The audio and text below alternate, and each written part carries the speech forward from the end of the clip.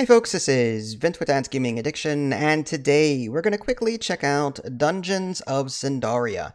This is a game that you can find on Steam for about 15 bucks. You can play this game solo or with up to 3 other people in a co-op setting.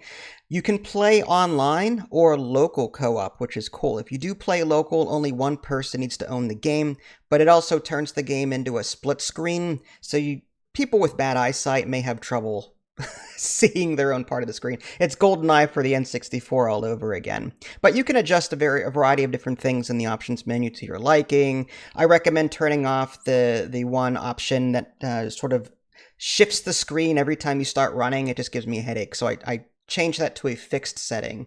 What you're going to do in this game is choose one of 5 different classes: champion, cleric, ranger, rogue, or wizard, and then you're going to choose a race. The race does not matter, but what does matter is the class. Each of the classes does something different. Again, races are just for aesthetic purposes. You can change like skin color, age, hair, beard, traits, different things like that. All of that is aesthetic. All that really matters right here is just your preferred class. And I do like that each class plays a little bit differently. Rangers will have a particular bonus, and champions will have a particular bonus, clerics will have a particular bonus, and each one plays very differently from one another. So I chose the ranger in my playthrough, and Idly chose the wizard. We played cooperatively. We got through the first dungeon, and there's like, I want to say 6 or 7 dungeons. I'm not sure how many, but they're very long. That's one thing that we sort of complained about as we were playing. We're like, okay, we're ready for this run to be over so I can take a break and do other things. No. And there's no save feature either. So if you want to quit mid-run, then you can't, unfortunately. It's just, you can go back to town with what you have, but in order to beat the dungeon, you have to stick all the way through. There's no mid-save feature, which is unfortunate. In between dungeon runs, you're going to just be in town, and you're going to click on the various buildings. One thing I don't like is that there's no, like, exclamation point over a building, sort of representing that there's a person you can talk to in that building that will give you a quest. Here, it's just, I found myself clicking building after building after building, person after person after person. Okay, they've got a quest for me. Let me come over here and click through all these people. There's no, like, exclamation point quest giver or notification to tell me which people have a quest and which ones don't. It's just unfortunate. So I do think that could be organized and, sort of QC'd a lot better. So there is an inventory system in this game, a very light RPG mechanic. You're going to learn skills as you play. Think like World of Warcraft, and that as you level up in that MMORPG, you're going to gain new skills that you can add to your hotbar, and you can toggle between 3 different ones. There's also like this Paragon system. It's called Heroism. When you reach level 20, which is the max level, and every time you earn a point after that, you're going to be able to put a point across a variety of different systems. I love that. I love that. It'll give me a huge reason to keep coming back to this game and continue playing it, because I just want my character to be as powerful as possible. Unfortunately, the monsters in this game will scale with you.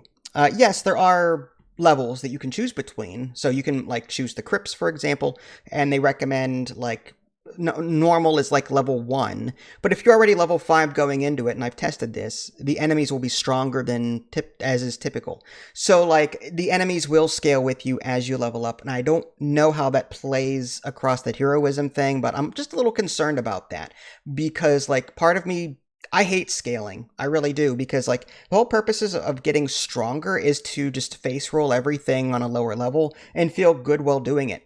Here, you can't do that. It's just, the enemies are going to be scaled, and there's no, like, level on them, so I don't know exactly how they scale. Like, I don't know if they scale to exactly your level, or if they scale 1 level lower. It doesn't actually say on their little character, like, health bar on the bottom of the screen. It doesn't say what level they are. It just says what their health is. And what I did was I compared the health of the first enemy I ran into on the first crypt run, as level 1, and then I went back into it on my second run as a level 5, and then that first enemy had like 7 times the health from before. So it's kind of unfortunate. Like, again, I'm not a fan of the whole scaling thing. I wish, there are 6 or 7 dungeons. I wish it was just, this is strictly level 1 or level 5 or whatever. I would have preferred that. So the way the dungeons are laid out, you're going to go through a series of enemies like you would in a typical, think like World of Warcraft dungeon. You're going to go through a series of enemies and then fight some kind of boss. and then you're going to fight through more enemies than another boss, and then more enemies than another boss. Sometimes like 2 or 3 bosses back to back. So if you've played raids in World of Warcraft, like Naxxramas, I hated that one. It's just so long. It's typical to that.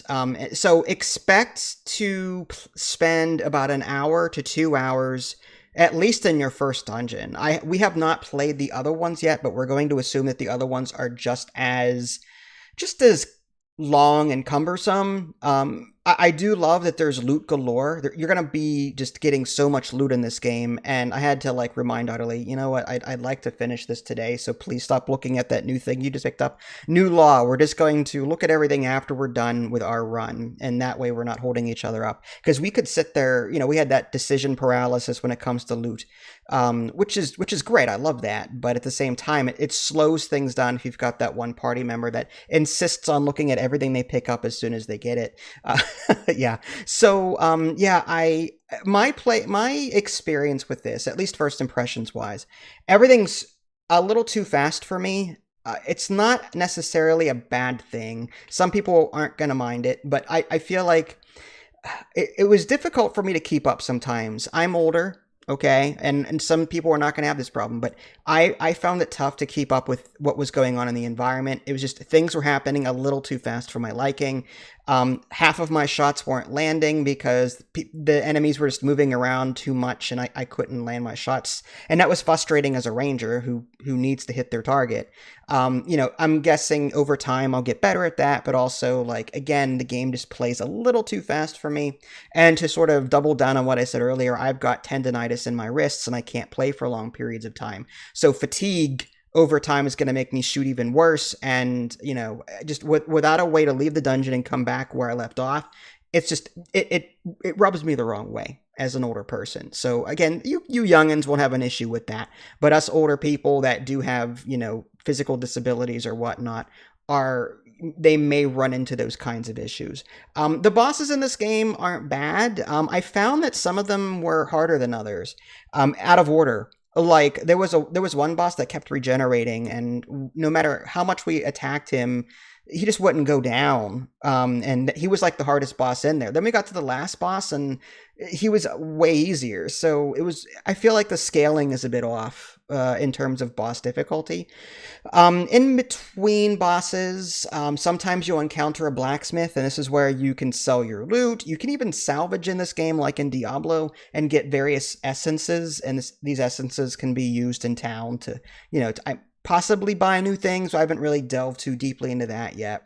But yeah, I mean, I haven't been really selling as much. I've been salvaging everything because I don't know. I love being able to take raw materials and make something good out of them. And I want to really get my character up there. And as much as I like the ranger, I also really want to try out the other classes and see what they're capable of. There is a town bank, so it is possible to like store loot, and I believe you can actually transfer it to other characters too, which is kind of cool. So I'm a little concerned that with the scaling in this game, like, it's possible that the enemies will scale with you and then your loot sucks and then you're going to get your butt kicked. So at least if you switch to another character and get some better loot with them, because they start at level 1 or whatever, maybe then you could pass that off to your ranger or the other character that's sort of behind on their gear level and getting their butt kicked, you know what I mean? So I guess there are ways around that, but again, this goes back to me not liking the whole scaling system. So yeah, I mean, like, the game isn't bad. I did encounter a variety of bugs in this game. Sometimes combat was a bit janky. Sometimes my character would get stuck in a wall or on something that was annoying. There are 2 quests that I have that say completed. And I have to find this Lieutenant Oliver or something or other. And there's also this other tavern one that I picked up. And it says completed in the upper right, but I can't turn it in. No NPC in town wants me to turn it in. So I'm like, well, is it because I did the dungeon before picking up the quest and now it's just bugged and I have to go back into the dungeon just to those points to possibly trigger that it's actually completed. I don't know. So that's what I'm saying. Like, the game does have some bugs. It is a bit janky in some places. It's not perfect. I wish it were smoother. But all in all, like, I think we are enjoying this experience so far. What's going to keep me coming back is the loot and those heroism levels just constantly getting better and better and better and better and better. I think that's going to be the huge factor for me, because I don't know, like, I love a power creep, but I don't like the scaling. So there's like things I love about this game and things I absolutely hate about this game. Right now the game is $10. It's 33% off. It's not going to be that way for too much longer. So if you're watching this after the fact, $15 isn't bad, but I would definitely wait for another sale. I think the game could be shored up a bit more. And again, like, those quests in town, I wish there was clearer indications as to who you need to talk to without having to click through multiple buildings and multiple NPCs to get there. So there you go, folks. That was a quick look at Dungeons of Sundaria. It's a hesitant recommend for me, so I'd maybe recommend it on a sale or something like that. Well, this is Vince. Thanks for watching. I will catch you all next time. Take care.